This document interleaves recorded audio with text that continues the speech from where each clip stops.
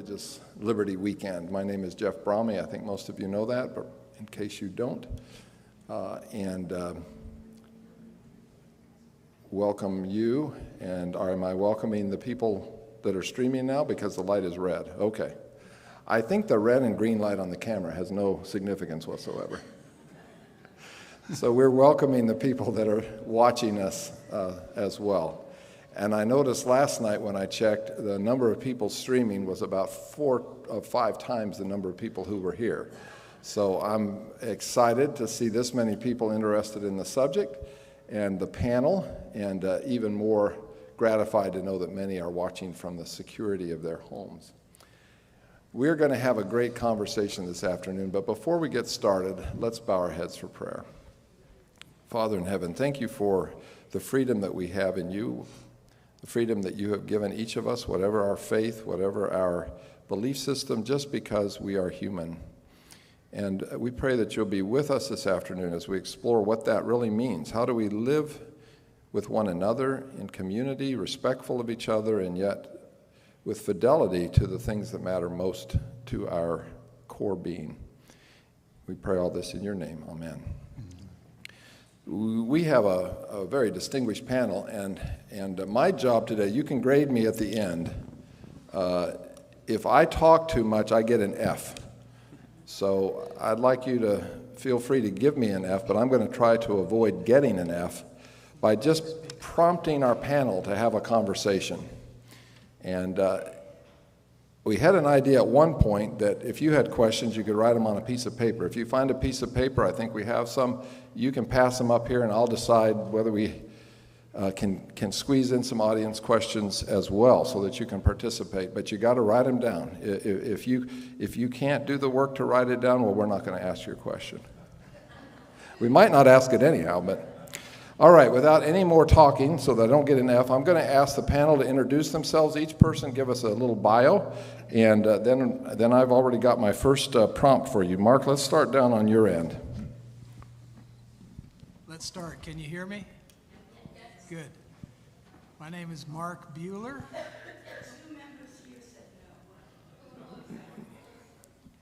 My name is Mark Bueller. Is that better? I am a lawyer, but not a lawyer on this topic. I do maritime law, but I have an interest in religious liberty, a long-lived interest. And how much do you want? That's enough. Okay. Mark is a member of our church congregation at Markham Woods. I'll add that. David. Yeah, David Williamson. I'm the vice president and co-founder of the Central Florida Free Thought Community. And I like to say that free thought is code for atheists. We are non-religious folks building a congregation and a community for about 13 years, and it started from a position of the value of keeping religion out of government, protecting religious minority views, particularly those of the non-religious, but we find kinship with the Adventist Church and many other folks who find opposition to sometimes oppressive government intervention. But I'm happy to be here today. I'm part of the Interfaith Council of Central Florida and also on the Commission for Religious Freedom, and I love paneling with my friends and meeting new friends along the way, so I hope some of you will come and talk to us when we're done.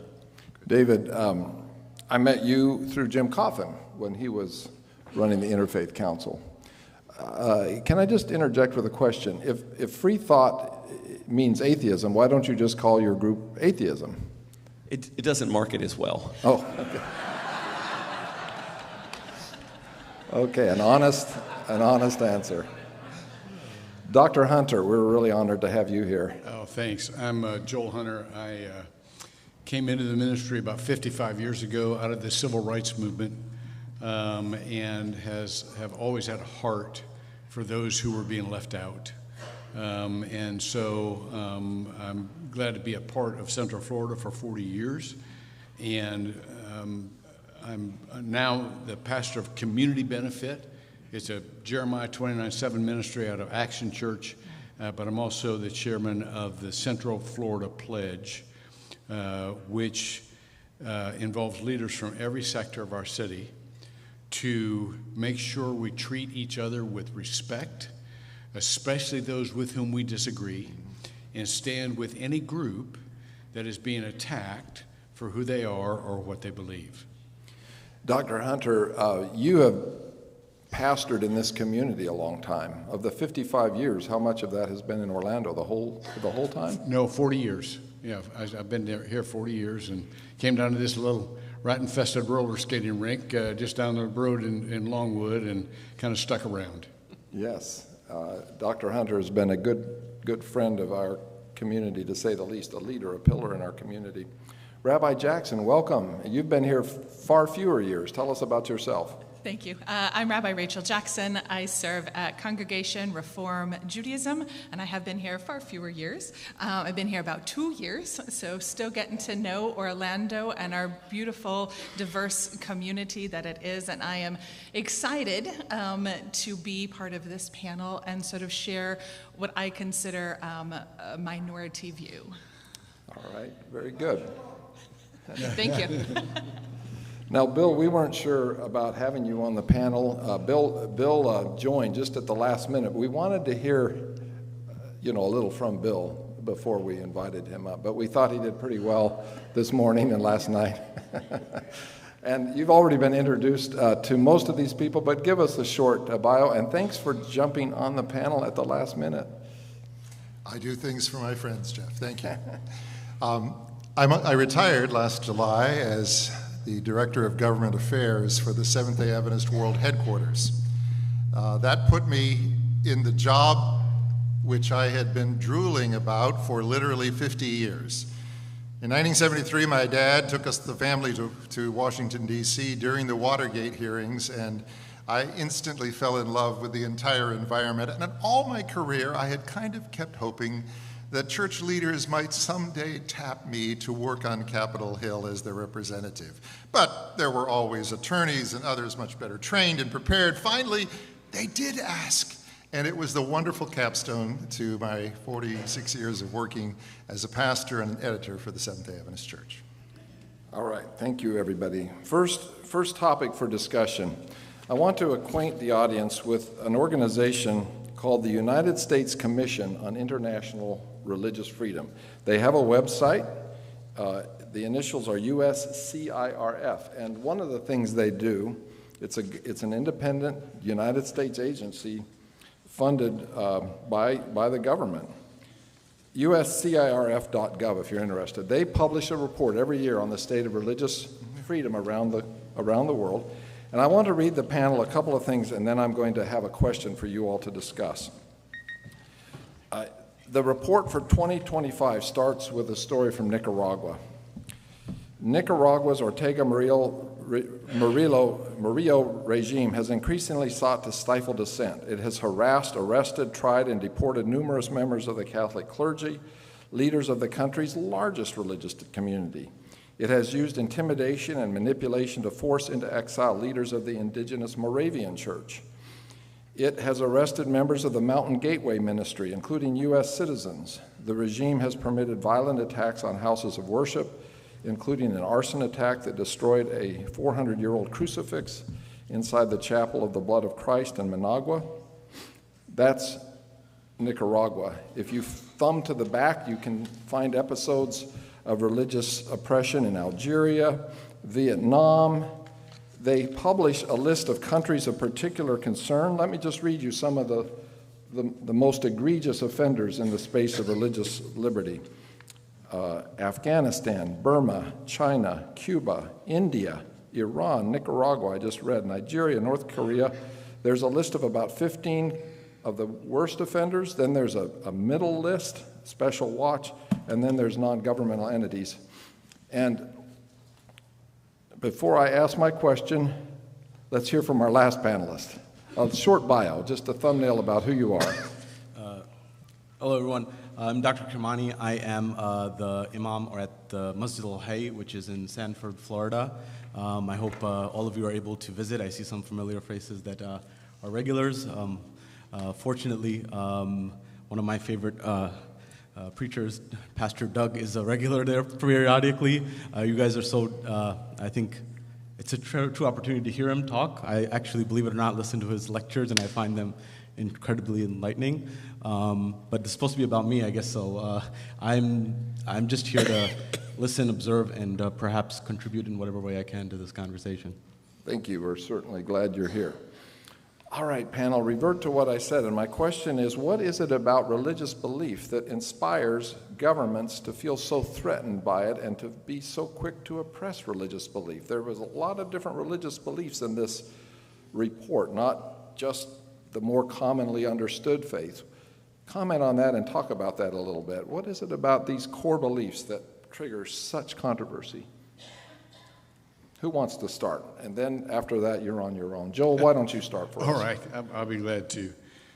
First of all, I have deep respect for the International Commission on Religious Freedom. I was just talking with one of its members yesterday on a call, and our friend Rachel Laser is a part of that commission as well. And so they do great work. But more to your point, one of the things that's so threatening to governments is that if you are a person of faith, you have an allegiance that is higher than the government. And one of the reasons that it's so difficult right now in China, I have a lot of great relationships with pastors in China, is that the government's very threatened with allegiance beyond civil allegiance. And so those of us who are totally dedicated to the things of God and do our citizen work as a part of our faith expression and appreciation for our faith, sometimes find it strange that all over the world, not only are people trying to use religion in order to gain dominance over others, but that even if they're not, they have an allegiance and a dedication and a love to the God that transcends governmental authority. I want to add to that. I wonder, because one of the pieces that you were referring to in that report was talking about the minorities in those countries, and I wonder how, minority religions that is, I wonder how much that plays into account, because if you're part of the dominant religion or dominant theology, and there's this group that has a completely different theology and you don't understand it, that level of control is also lacking because you don't have the same language. And then you're trying to create rules on a different day, right? One of the things we've certainly seen in America was about when is Sabbath, Yes. right? And so if you change, and if you're not part of that same group, how do you, the government, control those people? Right. Yeah, I think the key word here is control. Government is, by its nature, a coercive instrument. Law is coercive, and faith takes a different lane. It's supposed to be more persuasive, and so there's a very great temptation for the government to co-opt religion to gain control, especially over minority religions, because that gains it in popularity and extends their control. It's certainly a marketplace of ideas at play, and I think that's almost always the case, where human conversation, power grabs, and I don't disagree with anything that either of you said, other than the theological.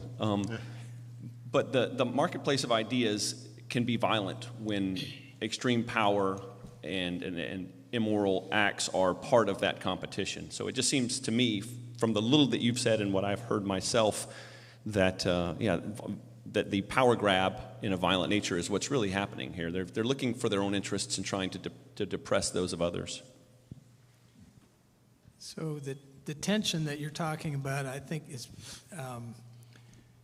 the government likes to think that it's the ultimate authority, and believers believe something else is the ultimate authority.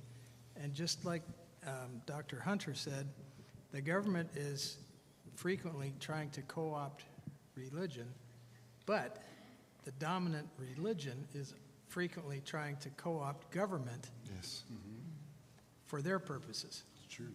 Well said. Okay. I want to pick up on something that Rabbi Jackson said about a minority, being in a minority religion. Judaism is a minority religion probably almost everywhere, wouldn't you say, except maybe Israel? Even there it shares space with other faith. Islam is a minority religion in the United States and other countries, of course it is not. Could I hear from, let me start with you, Imam Kermani. What is it like to be a minority, part of a minority faith community in a country with a majority faith community? And then Rabbi Jackson, I'd like to hear your thoughts as well. Wonderful. I think it's a great question about like being a minority within a different demographic, and I think sometimes it's about being the type of minority may matter. As in, are you a visible minority or an invisible minority? And I think that may matter. I'm drawn to one of my favorite books of all time, which is Thomas Jefferson's Quran by Dr. Denise Spellberg at the University of Texas, Austin, and she highlights the history of Islam in America. And today, if you look at it, George Washington had not one but two copies of the Quran in his library. One he bought as a young law student. He spent 16 shillings, which was a lot of money back then, and he bought a particular copy of the Quran, which was George Sale's copy of the Quran. And I say this because juxtaposed at this motion and this amazing time was these founding fathers who I believe were sincerely trying to do the right thing, but there was they were talking about this Muslim who was an imaginary Muslim on the shores of America in the 1700s. But what Dr. Spellberg mentions is we now know through documented evidence that there were at least thousands of Muslims on the shores of America under the nose of our founding fathers, and they were oblivious to it. They were not aware of it, perhaps. And the example that they give is, one example that Dr. Spellberg gives is the tax returns of George Washington at Mount Vernon, where he had two entries of two slaves. One was named Fatima, and the other was named Little Fatima. And for those who may not be aware, Fatima is the name of the Prophet Muhammad's daughter, and she's very well revered and respected. There's a city in Portugal actually named after her. And so the idea being that they were unaware of that, but yet they fought for the rights of an imaginary, what they would call at the time, an all-encompassing term called the Turk. And the Turk was somebody who was a Muslim. It was a reference to the Ottoman Empire, but it was all-encompassing for Muslims. And so the point that I'm driving at essentially is many Muslims, if you ask them, appreciate, enjoy, and love the liberties that have been enjoyed in the United States of America. My grandfather came here in 1946 from India. And he tells me about the journey of part of being the American fabric, and he would take the Greyhound from New York City up to Ithaca, and on the way, people would stop on the stops. They would come up to him because he was kind of an intermediary, and some of the African Americans on board would say, "Can you help us get a sandwich or something?" And coming from India as a young student, 18 years old, or 20, and he was like, "What is this all about?" And they pointed to a sign which said, "No dogs or blacks allowed." And so the point being is, are you an observed minority? Are you heard? And are you respected? Or do you have that integrity? And I think historically, especially America, is a place where many Muslims have realized that ability to be able to practice their faith in a beautiful way. But indeed, in times like we are currently, where there may be polarization, I think it's important for us to hearken back to the essence of what the founding fathers, I think, intended. And one of the things, as I draw to a conclusion on this part, is these us versus them concepts are not new. I was reading in the same book, Dr. Spellberg's book, that the first smear campaign in history was actually, in American politics, was actually against Jefferson, and he was actually called an infidel. They were referring to him as a Turk and a Muslim. And what's interesting, I was mentioning this at the Friday sermon yesterday. We had the Dean of Religious Affairs of Rollins there. We just don't know these things. So Dr. Spellberg said, look, there was this misnomer. The reason Jefferson bought George Sale's copy of the Quran is quite interesting, because every other copy of the Quran in English prior to that was a propaganda machine. And what was interesting about that was it was just to try to show Muslims as enemies in some sense. And what George Sale's interesting dynamic was, he was an attorney himself, he's a lawyer, And he was actually commissioned by the church to actually defame Islam and the Quran, but as an intellectually honest scholar, he knew what people know today, that people don't read. And so he wrote a book that was intellectually honest, and he changed the narrative. And this is the point that I want to mention about religion and how it's important to our existence. For Islam, it's not necessary that religion is above at all the law of the land. And there's examples of this. The first example is Let me ask you to come to a conclusion. Yeah, I need to take a breath at some point in time. Because the question was, what is it like to be part of a minority religion in a country with a majoritarian demographic? Yeah. So I think that the main essence is it's the ability to be able to be seen, heard, respected, like any other member of society, regardless of your caste, color, or creed. Okay. But if that's not being met, then that's where civil liberties are a problem, or challenge, that we have to work on together. Rabbi Jackson, your perspective on that question? I love that you were talking about an ideal. And I haven't studied the Founding Fathers documents nearly that in depth. And so I speak really as a 21st century Jew. And that idea of is it hidden or is it not hidden, I think is a really powerful one. My minority is hidden because I get to choose to hide it or not choose to hide it. I felt safe coming in here wearing my kippah, which identifies me as a Jew. The necklace that I'm wearing today is actually a Star of David that breaks out so that it doesn't look like a Star of David. So that if I'm going to some place, maybe I don't want to identify in that way. And so being a minority in the broader sense, I think, in America specifically, I cannot speak to other countries, comes with its challenges and its conversation of how much am I me?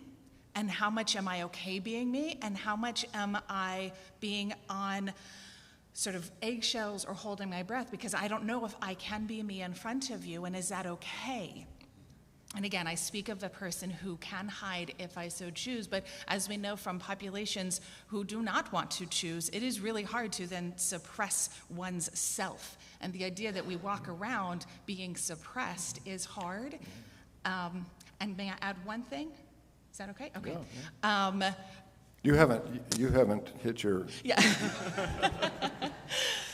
I think one of the harder parts is when something happens to a minority community, feeling that if the majority doesn't know about it, it's extra isolating. Yeah. And so the arson attack that happened in Jackson, Mississippi last weekend was really hard for myself and many other Jews because none of our fellow non-Jews reached out and went, wow, I can't believe that happened. How are you? And so I think being a minority has that extra layer of I'm by myself. Yeah. I think both you and the Imam have made a point about seen and be seen. I like what you said about that. Before you, Mark, I want to ask David to comment because you pointed out that Jefferson was criticized for being an infidel. David, you're part of a group that actually some of us think is growing. You know, if you're a person of faith, it's a little disconcerting to see the number of nuns, N-O-N-Es, growing. Maybe they would have called you an infidel, David. What's it like being an infidel in America, and do you feel like your ranks are growing? Well, I'm an infidel in every religion, so I've got that, all the boxes checked. No, I really resonated with what was being said about being visible and invisible. But there's more to being noticed. Oppression includes those that are noticed and not noticed. And people are often silent as a prayer is said in their presence when they don't pray, or the Pledge of Allegiance is said and people don't agree with it, right? Whether they're Jehovah's Witnesses or just don't want to acknowledge that under God was added, 75 years ago. But being able to hide is really convenient. I've known some Unitarian churches who use the name church so that they can say their kids go to church when it's more like a fellowship or a society. So I definitely feel what you're saying, and I'm privileged to not experience that, but I like having my privilege reminded of me, so thank you. All right, let's shift focus just a little bit. I want to pick up on the introduction again that you gave us to the founders of our country, the founding fathers and mothers. If you think Abigail Adams wasn't a founding mother, then you haven't read anything that she wrote. So they put religious liberty in the Constitution. There's a lot of ways this conversation could go, because freedom of religion is in the Constitution of some of these other countries that I talked about that are oppressing religion. That's what the report from the International Religious Freedom Commission says. It is apparently the case that just putting something in your Constitution doesn't necessarily mean that's what will happen. So we could take the conversation down the road of what is it about a culture or a society that will actually bring alive the words that are written on paper. But I'm also interested in what was it about America then and now that makes religious beliefs worthy of more protection than other kinds of belief? People have beliefs about all sorts of things, but it's religious beliefs that are specifically protected in the Constitution. Bill, I don't know if we've heard from you yet. Why don't you start us off on that theme? There are many myths circulating in our culture in the United States about the founding of this country. Some of those include the idea that this was an overtly Christian nation in its founding. That narrative is picked up and carried in many congregations across the land and is simply untrue. Any careful study of the religious practices and affiliations of those and their intentions in the founding of this country make it very clear that it was not founded to be a Christian nation, even if a majority of those signing the documents had some historic relationship with a Christian denomination. In reality, the difference perhaps between what happened in this nation with its declarations of religious freedom in the First Amendment and what has happened in other countries where constitutions echo similar language is that we went through a process.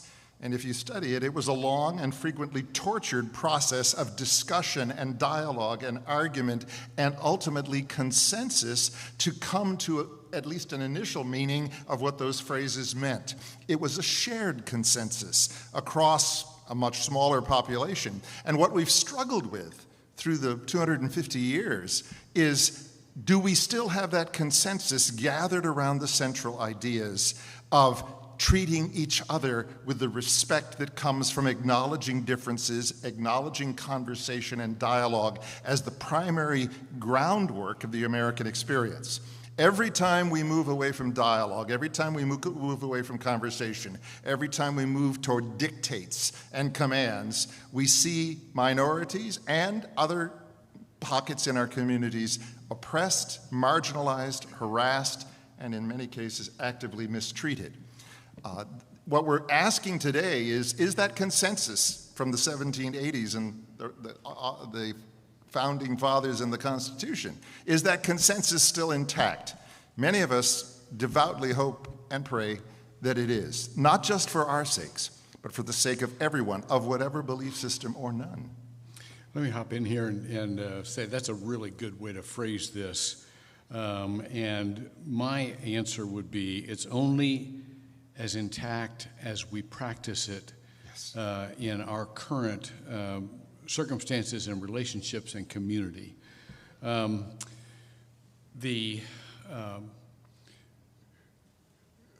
love living in Central Florida and I love working with guys like Pastor Hart and the people on this panel, because we are constantly trying to figure out what it means for our lives and for our relationships and for our community, what the First Amendment means. You know, the First Amendment guarantees both the free exercise and the non-establishment. I will always tilt toward the free exercise. Yes. David will always tilt toward the non-establishment. Yes. But we're friends, and we're on a lot of these panels together. And the fact that we're still trying to work this out to build a healthy community where everyone is respected gives me great hope for the country. I don't, the stats of, institutional religion and nuns and all, that's fine. That'll come and go. Those will rise and sink. But the important part is, for us in our community, as we live together, how do we treat our neighbors? And how much freedom and value do they feel because we have paid attention to them and we have respected them and treated them with dignity? Mark, you were going to jump in. I think part of your question had an international component, other countries and their constitutions. And historians could correct me, but I suspect that in a large part, the modern world, post-World War II, is an international order that the United States had great influence in developing. And I wonder if freedom of religion was ever a part of the consensus of some of the countries that have it in the Constitution. Or was it just, they were kind of browbeaten into that if they wanted to be a player in the new world order post-World War II? Well, it is funny that you raise that. Let me just jump in. I think I sent you, and maybe you're picking up on this, a column in the Wall Street Journal earlier this month on headline, "The Hindu Attacks on India's Christians." And I'm not going to read the article. There's some very unpleasant things that Muslims and Christians are suffering in India. But it says India's secularism, enshrined in its constitution in 1950, has been flawed even in the best of times. It has always been skin deep, grafted onto an instinctively sectarian population by the Western educated elites who shepherded the country to independence from Britain. So, Mark, interesting point. The question is, what Bill is saying, do we believe it as a society, not just is it written on a piece of paper? And Dr. Hunter says he thinks he sees signs of hope, and Bill is posing the question, do we believe it? I'd like you all to respond. Do you think we believe it still in America, this idea of religious freedom? Is it still part of our consensus? I would say on the international level, there are countries that never believed it. And in the United States... Just pull it real close, Mark. In the United States, unfortunately, I think there's less consensus about it. I think it's declining. All right. Mark's meter is dipping down. What about you, Imam Kamrani? Where's your meter? Dipping down, holding, or rising? Could you repeat the question? Do you think the consensus in American society still exists for religious freedom? If we were writing the Constitution today, would religious freedom make it into the Constitution? What do you think? I think that's a debate for the public square for us, and obviously we're having that here. So my perspective on this would be, there's different forms of cultural frameworks that exist. I go to Europe a lot to speak or just spend time there, and some of these things are reactions to religious dynamics that occurred. So I'm drawn to a book by Karen Armstrong called Fields of Blood. She says, every time she jumps into a cab in London, she's written about many religions, and she says, everyone asks, what do you do? And she says, I write about religion. She's like, in London, everyone's like, religion is the number one cause of violence in history, right? And that's oversimplification because of many factors, but one of them she mentions is economics and other things of that nature. But to answer your question, I think more poignantly, if you look at the European revolutions, I think French Revolution was one, they sort of seemingly, if I may, had a disdain for religion, and so they took a different approach. If you ask someone from the Islamic faith generally, they would perhaps have a preference towards the American Revolution style of a faith-based kind of approach to God and God centricity, without infringing on anyone else's rights in any way, shape, or form. So from the vantage point of generally Muslims, they would prefer to have a religious consensus on that basis for freedom of populace without infringing on anyone else's rights, regardless of whether they believe or not. So I think if they were voting, the vote would perhaps be in favor of that still being part of the consensus, as long as, if it was heard, that it didn't, hurt any people in any way or any shape or form. Okay, I'm going to come back to that balance in a moment. David, what do you think?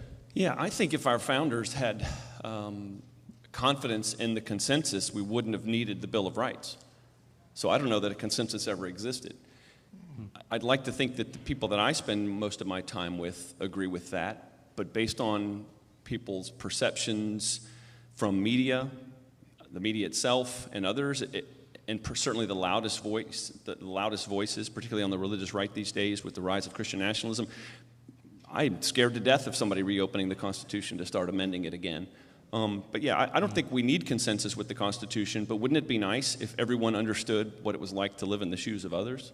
Okay. Absolutely. Bill, it was your question that got us started down this road. Should I apologize? How would you answer? There are moments in which I have growing hope when I watch the spread of not just amiable relationships, but substantive dialogue. I was frankly surprised by the quality and depth of the interfaith conversations on Capitol Hill in my most recent experience. I did not go expecting that and was surprised to discover the deep belief in these shared values by many people, both in the legislative offices and in the advocacy organizations. I think, however, when we define the challenge, particularly for religious minorities, as overt government action against them, we are missing an important piece of it. Frequently, the actors who target religious minorities are not government agents or it's other portions of the population that feel threatened by those religious minorities. And the question becomes, will the government use its coercive force to protect those who it claims it will protect, those who believe something different than perhaps the majority in their community? Often that's the challenge, not overt government action against minorities, but the passiveness of government to get involved in defending and protecting, investigating, following up the incidents that shock us, as what happened last week. That was brought out in the international report that the question is, when will the government jump in to actually ensure the space for a religion to flourish? They don't have to oppress it if they just step back and let the harsh treatment of the neighbors step in. I want to, in a moment, I want to read you part of a speech by one of our leaders on the subject and get you to react to a couple of things. But before we do that, I want you to pick up on what we just heard about, yes, religious freedom as long as it doesn't hurt people. So let me frame it this way. I don't think most people disagree that we should be able to believe whatever we want. There may be some who don't feel that way, but I would think there's a consensus. Sure, you believe whatever you want, Bill, Rabbi, you believe whatever you want. But now you want to act it out. Now you're starting to get into my space. And we could talk for hours. There have been endless Supreme Court cases on this balance, but Dr. Hunter sort of set it up by saying he tips towards I want that freedom to exercise, and David's worried about, well, the government's going to establish. What about the freedom to exercise when your exercise is going to intrude on somebody else's lifestyle or desires? How do we strike the balance between acting out our beliefs and being respectful to people who don't want to see us act it out or are offended by our acting it out? And I could give you many examples. I sent you some in the questions, but we won't go through each of them. Just talk broadly about that. Mark, I'd like to maybe start with you because I know you've thought a lot about this question. I think there's a large difference between somebody being offended and somebody being harmed.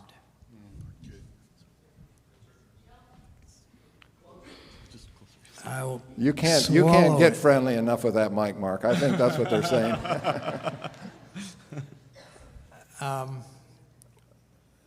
So you're not giving offense is not going to register high on your concern meter? No, I mean, we have no guarantee and no right to reasonably expect that we're going to live life not being offended by somebody. But harm is another level. So I would say that, my freedom to exercise my religion can be restricted when doing so would harm somebody else. But the mere fact that it may offend somebody else, I don't think that's a high enough standard for government intervention. Somebody else react to that or to the question? Love to hear a couple more thoughts.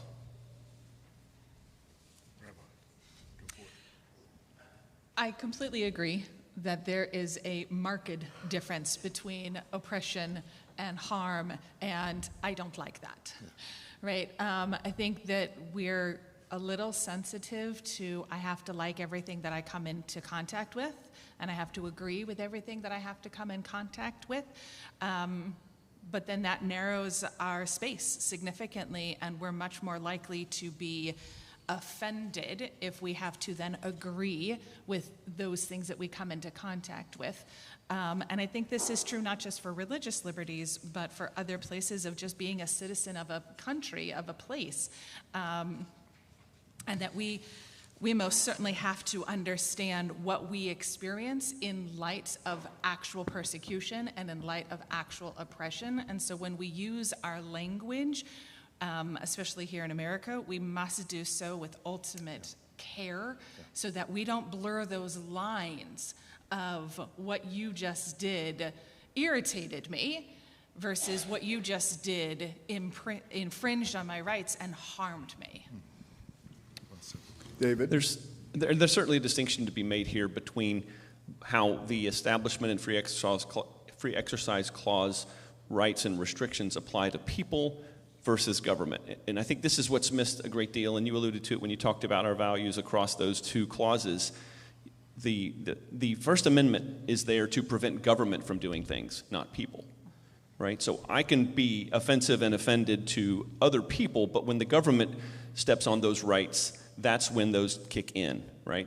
I see so much time spent on social media talking about censorship as violation of someone's First Amendment rights, but that's really not the case when the medium itself is doing the censoring and not the government. All right, let me read you part of this speech, and I'm not picking on anybody, so I think I won't even tell you who gave it, but it was a recent speech. It was not the president, so don't think I'm trying to hide that. But I want you just to listen to a few sentences, and then I want you to react to a couple things. Because we're all creatures of God, we must respect each individual's pathway to that God. But over the last 50 years, there has been a singular focus, a war that has been waged on Christians and Christianity in the United States of America. For decades, the left has labored to push Christianity out of national life. They've kicked it out of the schools, out of the workplace, out of the fundamental parts of the public square. Freedom of religion transformed into freedom from religion. And in a public square devoid of God, we got a vacuum. And the ideas that filled that void preyed on the very worst of human nature rather than uplifting it. So a couple things to react there to. Do you believe that freedom of religion is a better value than freedom from religion? The speaker here is contrasting in a negative way the importance of freedom of religion that got transformed by the left, they say, into freedom from religion. I'd like you to comment on are those really two different freedoms? And then I'm just curious, especially for those of you on the panel that are Christian, do you feel that God has been kicked out of the public square as a Christian from the schools, the workplace, and other fundamental parts of the public square? So those are two things I'd just like to hear you talk about those expressions. Who wants to go first? And since I didn't say who gave the speech, you're also not picking a fight. I want to talk about the ideas and not the person. Bill. For the last many years, a grievance narrative has been growing within the Christian community in the United States. it is a narrative that's actually fueled not by faith often, but by change, by noticing the changing demographics of the United States, by a resistance to legal immigration, and to the changing face of the workplace and all public environments. That grievance narrative of discovering that the Christian perspective can no longer immediately and always hold sway in all moments has created this sense of resentment and, frankly, not knowing the author of your speech, there have been politicians who very successfully tapped that grievance narrative for their own purposes and use it coercively to try to reestablish an imaginary time. I think being aware that the Christian community has, in many places, been co-opted by political and populist forces is acknowledging a central fact of our moment right now. I'm delighted when I see Christians responding carefully and thoughtfully to that and not joining in the grievance narrative. Dr. Hunter, those are strong words. You're a 50-plus year pastor. Are you running a grievance narrative?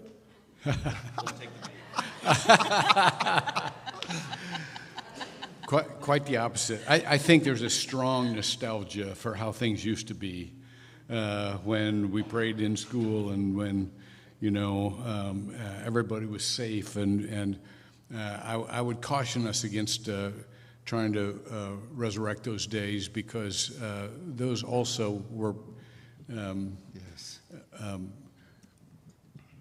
probably unintentionally discriminatory toward many who weren't Christian. I think I'm going to pick up on this theme and use an illustration I gave. I was on one of these panels at Winter Park Library a couple of days ago, and I used this illustration, and I use it because I see a growing feeding off that grievance mentality in order to take control politically with a religious constituency, a certain sector of a religious constituency.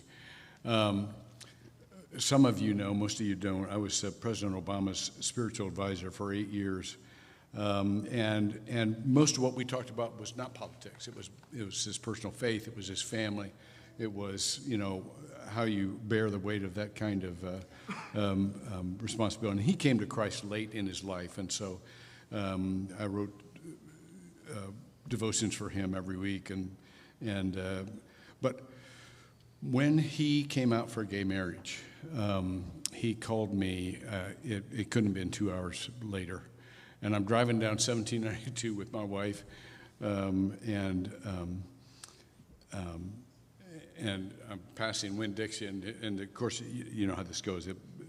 Somebody comes on the line and says, the president would like to speak with you. Can you get on the line? I said, well, give me a couple minutes here. So I pull over into the Winn-Dixie parking lot. And he said, Joel, I want to tell you about an interview I just did. He said, I just came out for gay marriage. And of course, my first response, because I'm a man of Scripture, is, well, Mr. President, I don't see that in Scripture. And he said, I know you don't, but let me tell you why I did it. And then he went on to give two aspects that helped me understand. Number one, he said, I'm not just the president of the Christians. I'm the president of the whole nation. And therefore, our laws need to reflect the equal opportunities for all the nation. I feel that responsibility keenly. And as somebody who came out of the civil rights movement, I get that. And then he said this. He said, there's a young man that I pass by every day in the West Wing. And he's the most wonderful, hard-working young man. And he said, I know he's in a committed relationship. And he said, whether you agree with that or not, it hurts my heart to think that him in that relationship can never have the respect or the rights that Michelle and I have. And so I went back to my congregation after an initial, oh man, we're losing it here, and you fly, all these terrible things are going to result. Because one of the things he said, and this is key, and this is why I bring it up. He said, I'm not at all trying to change how religious bodies define marriage, according to their own scriptures, according to their own values, according to their own truths. This is a civil definition of marriage we're talking about here. And so I went back to my congregation, and of course they're alarmed. We're conservative evangelicals, and I said, we've got to watch it here, because we could unintentionally be forcing or trying to force everyone into our understanding of Scripture, and that's not what we do. We want to persuade everybody into our understanding of Scripture. We want to recruit everyone we can into our, and when I walk in a room, I'm thinking, I'll baptize you all if you allow me. But the point is, that has that narrative has an unintended effect of presuming that people can, by law, be coerced into your definition of what's right. And so I just think that, yes, things are not as generally overtly Christian as they used to be. That doesn't threaten me in the least, because we still have, Christians still have our belief. We still have a desire to share faith wherever we can. But we also have the mandate to love our neighbors as we love ourselves. That's their life, and they can follow God or not according to how they see things. Mark, yes. I Get close think to the mic. We'll just say it now, Mark. Get close to the mic. I think it's particularly rich, and I'm not going to give up the source of the quote that you gave us, but it's particularly rich for ruling Christians to claim that the public square is devoid of God. Yeah. Likewise, for them, the same Christians who are in power to use every lever of government that's at their disposal to try legislate their particular variety of beliefs. So it's kind of like the pot calling the kettle black.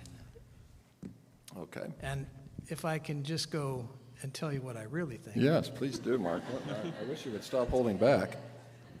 Now, you didn't read the whole statement, but there's a lot in that statement that I think is untrue,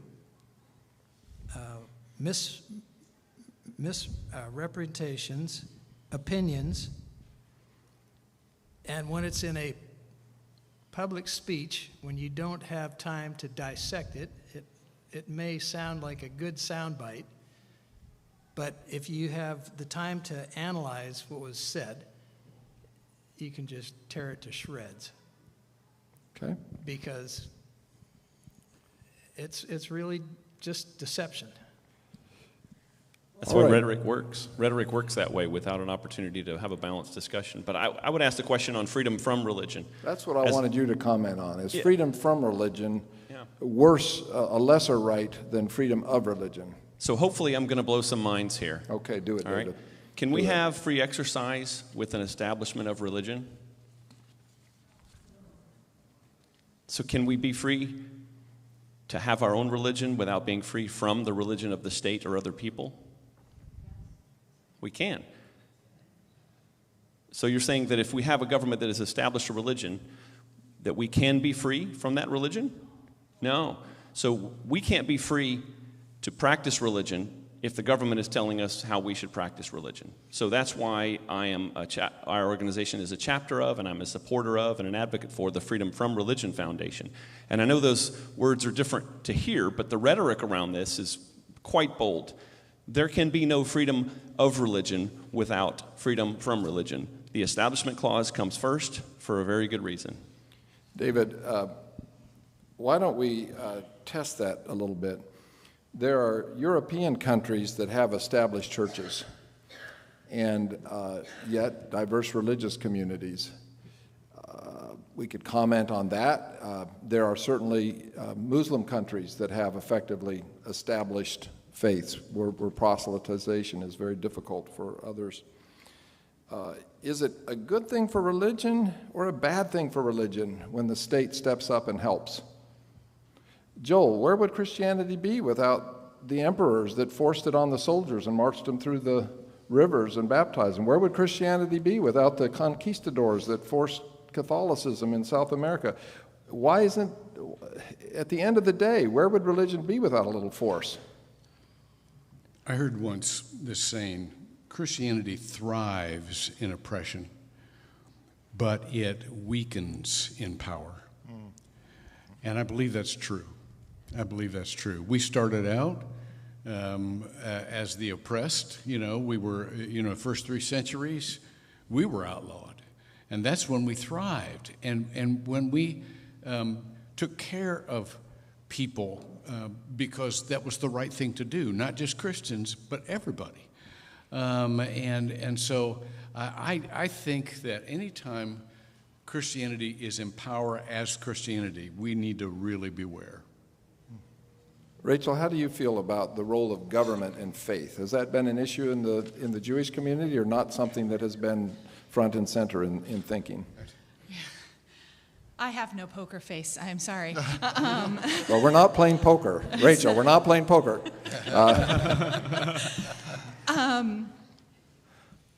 So, oh boy, I think, can you state your question precisely again? Do you think Judaism would thrive better if it had a little more help from the government? Or does it weaken? Dr. Hunter's taken the view that Christianity weakens when it comes into power. Would you say the same is true for Judaism? I think if we were to look at America specifically, and again, not other countries, in answering that question, I think it absolutely would benefit. I think every minority religion would benefit from a little bit more understanding and a little bit more acceptance of diversity. And one of the questions you phrased, you say Judaism, and just like Christianity, it's Judaisms. There are so very many of us, and when we are then lumped as a singular monolithic group, we get lost in that. In America, there's 6 million, 7 million, depends how you count, right? 7 million Jews in all of America, 75% of which are in the Northeast, right? Here in Orlando, we're less than 2% of the population. These are small numbers, so would we benefit? Absolutely. Benefit not just from helping Judaisms, but really helping any minority peoples. Because Judaism is really a tradition shaped by law and vulnerability. And so when we recognize that we can help others in a minority place and a vulnerable place, that is a good society. And so if we happen to be one of those, as we are here, it's only good for everybody else. Okay. Mark. Jeff, didn't your question have an element of like an official religion? It did, yeah. So I think we don't need to look any further than Europe to see what happens when you have an official religion. It's gutted religion. I mean, probably less than 5% of the people are actually religious. It takes all of the, personal passion out of it. The government is paying for schools, whatever, paying for the upkeep of cathedrals, so that the person doesn't need to do it. So I think it's bad.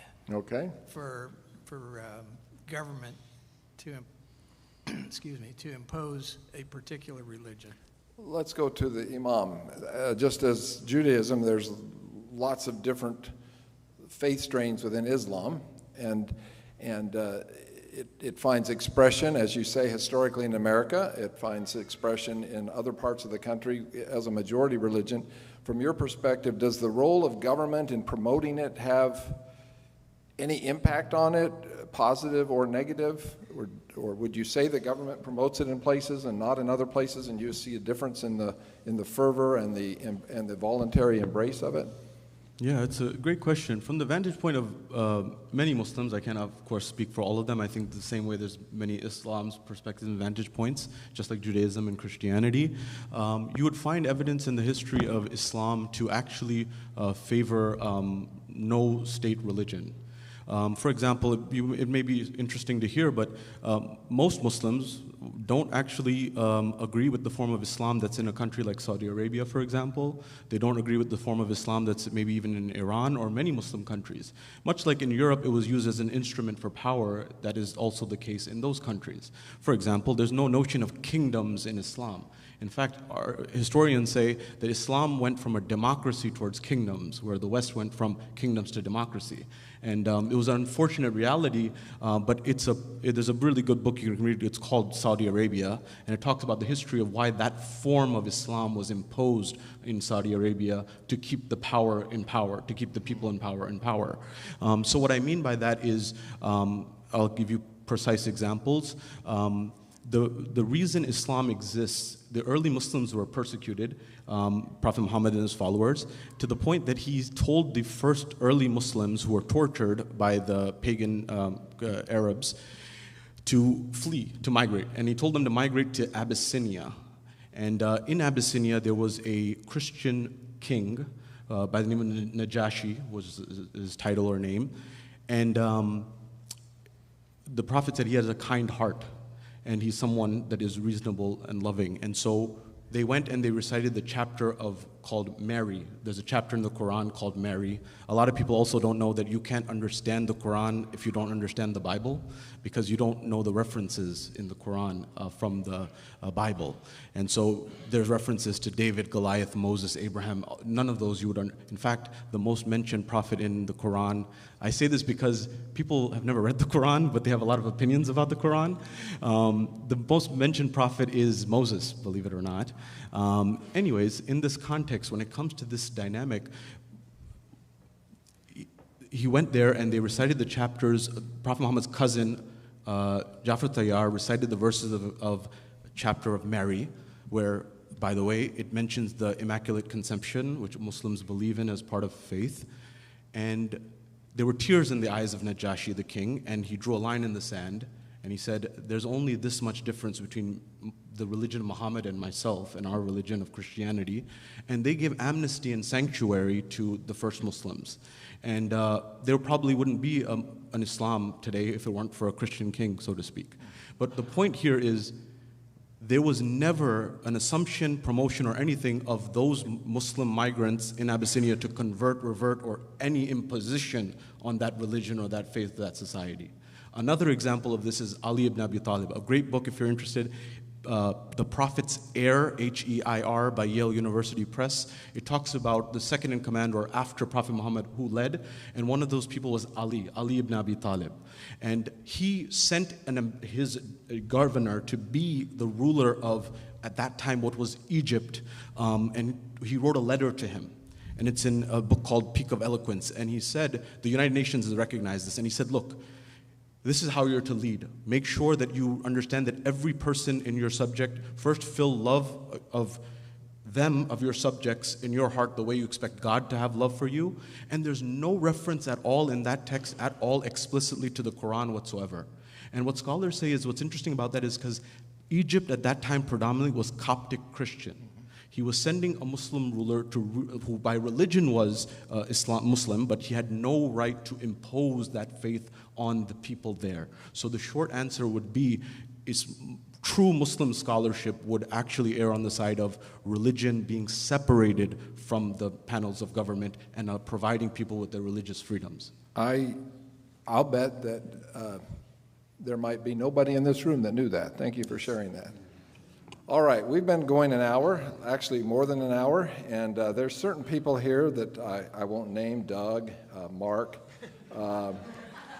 who could go 2 more hours, but I'm moderating, and we're not going to do that. I'd listen to Doug. I'd listen to you. So we're going to wrap. I've got one more lightning round question, and that will give those of you who want to keep talking, including the person that sent the question up, a chance to just carry on your dialogue directly with the panel. But before we bring this to a close, here's your lightning round question. I was actually thinking of starting with this, but maybe it's better to end with it. And I'd like you to think about this too. I'm going to pause after I ask it for 10 seconds to let them gather their thoughts, and I'm going to start with Bill because I think Bill's been sharp for the last 24 hours. Don't you, Markham Woods congregation? So we're going to test Bill. We'll start with Bill. This is lightning round, so this is headlines. What's your headline? If you want a 2-sentence headline, that's okay, but it's not a paragraph headline. And you think about it too. What does, and Gary and Randy teed this up for us this morning too, what does the phrase or the concept religious liberty mean to you? You've had the benefit of a presentation last night, 2 presentations this morning, a brilliant panel this afternoon. Has it changed your thinking? What's your headline if someone said, what is the concept of, and I'll bet it for you Seventh-day Adventists, it is more than just, oh, I get to keep Sabbath. I bet your aperture has been open this weekend. So Bill, we'll start with you. I'd say what it means is maintaining a deliberate and intentional dialogue with people who think differently than I do about faith or non-faith, keeping that conversation going so that we learn how to better respect and protect each other's rights in a society that says it believes in protecting those rights. Thank you. Rachel, coming to you next. Rabbi Jackson, the only female rabbi in Orlando, by the way. Thank you for being here today.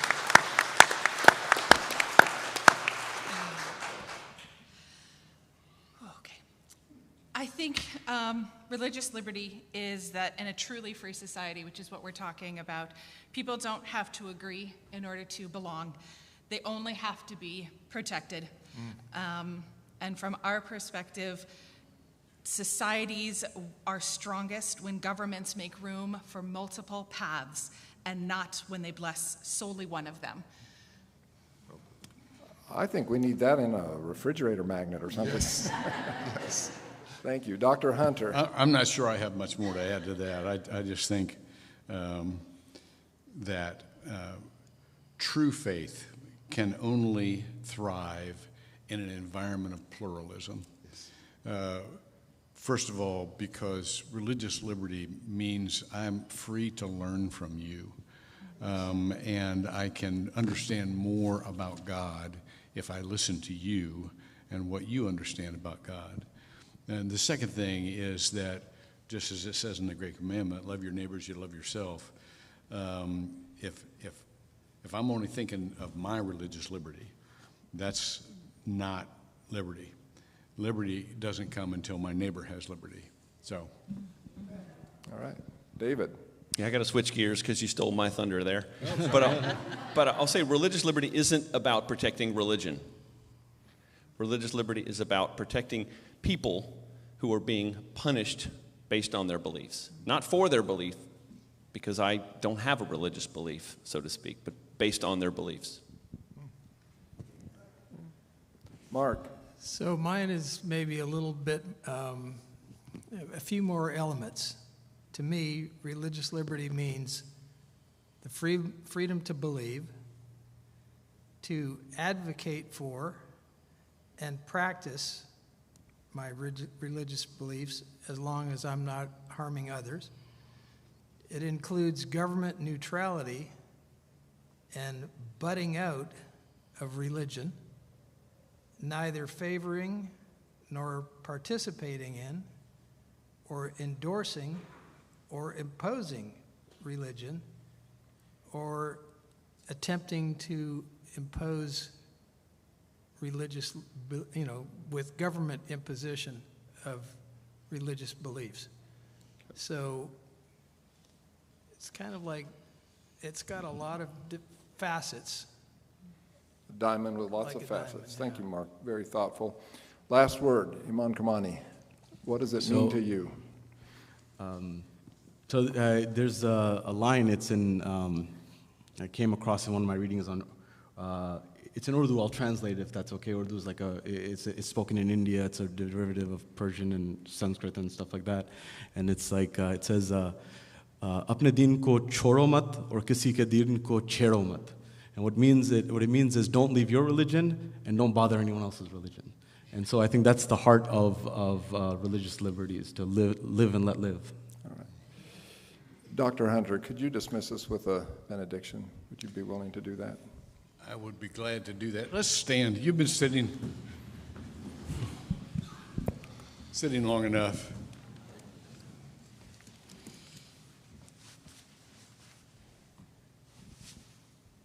Thank you for gathering us here to learn more about how we can be better people, better neighbors, and to be dispersed into our spheres of influence, into our networks of love and service, so that the world can be better off because of what we believe. Amen. Amen. Thank you, panel.